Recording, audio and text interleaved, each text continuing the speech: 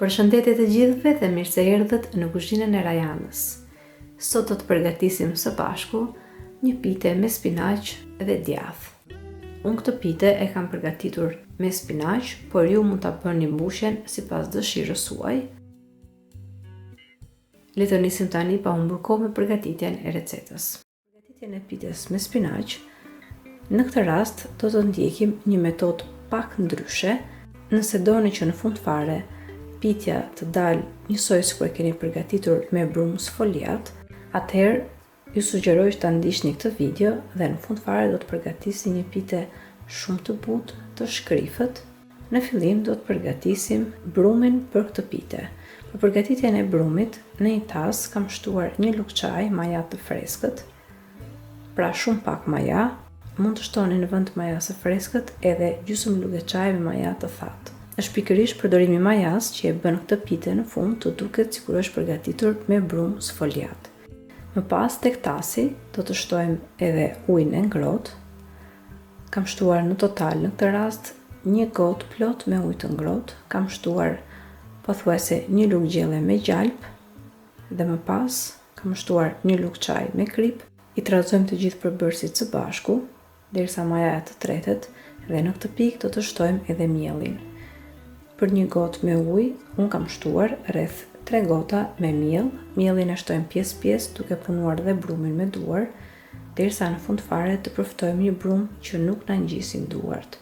Brumin e punoni vazhdimisht me duar për të paktën 3 ose 4 minuta, dhe pasi brumin e keni punuar mirë, tani brumin e lëm të pushojë për të paktën 15 deri në 20 minuta. E vendosim tek tasi, e lyejmë me pak vaj dhe sipër e mbuloni me një kapak ose me qese kuzhine, edhe ndërkohë që brumi pushon, ne do të përgatisim mbushjen për këtë pite. Për mbushjen unë kam përdorur spinaq, i cili në këtë rast është spinaq i ngrirë, por mund të përdorni edhe spinaq të freskët. Unë kam përdorur rreth 350 gram spinaq të ngrirë, të cilin e kam hedhur në një tas. Më pas tek spinaqi kam shtuar edhe një tas të vogël me qep të njoma të grira. Kam shtuar tek spinaqi dhe tek qepët edhe djath të bardhë, diku te 150 gram djath të bardhë. Mund të shtoni edhe pak djath kaçkavall nëse doni. Në vend të djathit mund të përdorni dhe gjizë.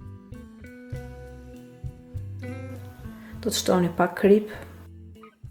Kam shtuar diku te 3-4 lugë gjelle me kos. Më pas në tas do të shtojmë edhe një kokë vezë, të gjithë përbërësit i trazoj mirë dhe tani mbushjen e keni gati. Nëse spinaqin e keni të freskët, atëherë spinaqin e grini imët, mund të jepi një kaurdisje të lehtë dhe më pas të shtoni përbërësit e tjerë. Duke qenë se unë kam përdorur spinaq të ngrirë, këtë proces nuk e kam bërë, pra thjesht përbërësit i kam përzier kështu siç e shikoni në video. Dhe tani mbushjen e kemi gati. Edhe brumi i byrekut ka pushuar ashtu siç duhet dhe tani brumin do ta marrim dhe do ta ndajmë në 2 pjesë. Pra për përgatitjen e kësaj piteje na duhen 2 kulesh të mëdhenj.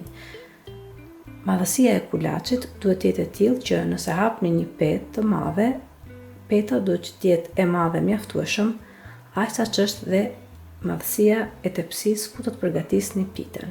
Pasi ndani brumin në 2 kuleç, tani secilin kulaç do ta hapim duke përdorur pak miell, duke përftuar një petë të madhe, pothuajse sa madhësia e tepsisë. Dhe pasi e hapni petën deri në këtë pikë, tani petën do ta presim pothuajse në 6 pjesë, siç e shikoni dhe në video, duke lënë një hapësirë në mes. Pjesën e mesit do ta lyejmë me pak vaj, cilin mund ta përzjeni edhe me pak gjalp të shkrirë, dhe më pas procesin do ta bëni njësoj si në video, duke i vendosur të gjitha pjesët e prera të petës njëra sipër tjetrës. Dhe të gjitha pjesët e petëve do t'i lyejmë me vaj, siç tregohet në video, duke vendosur njëra mbi tjetrën.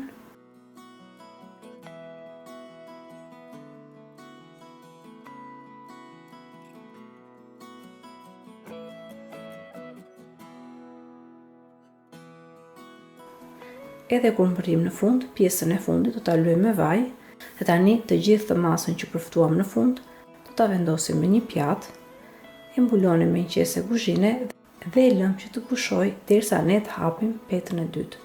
Edhe procesi për petën e dytë do të jetë njësoj siç vepruam për petën e parë. Dhe më pas, kur keni hapur të dyja petët, i lëm edhe 10 minuta që të pushojnë. Dhe tani, pas 10 minutash, mos harroni që të hapni furrën dhe ta lini që të nxehet në 180 gradë Celsius, dhe ndërkohë do të lyejmë edhe tepsin me pak vaj ku do të përgatisim pitën. Dhe tani, secilën nga petët që formuam, do t'i hapim në tavolinë me duar, duke lyer her pas here pak duart me vaj, nëse keni problem gjatë hapjes së petës, dhe kur petën e keni hapur sa që është madhësia e tepsisë, e hedhim petën në tepsi dhe do mundohemi që pjesët anësore të petës t'i ngrejmë pak në mënyrë që kur të hedhim mbushjen me spinaq, mbushja të mos na dalë jashtë byrekut.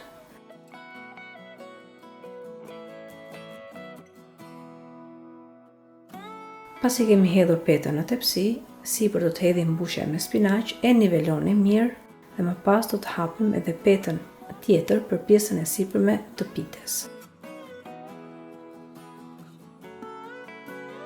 E hapim petën pothuajse sa madhësia e tepsisë.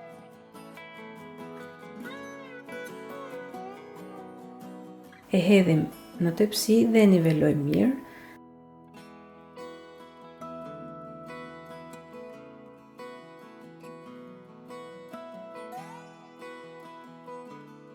Do të mbyllim pjesët anësore të pites, dhe tani, po të doni, pitën mund ta prisni në pjesë, sipas formave që dëshironi, dhe më pas sipër ta lyeni me pak vaj.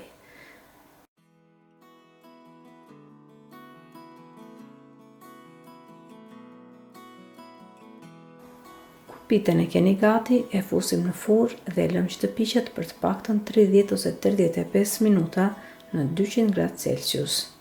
Dhe pas 35 minutash do të shikoni që pitja ka marrë sipër ngjyrën e pjekjes dhe tani pitën e keni gati.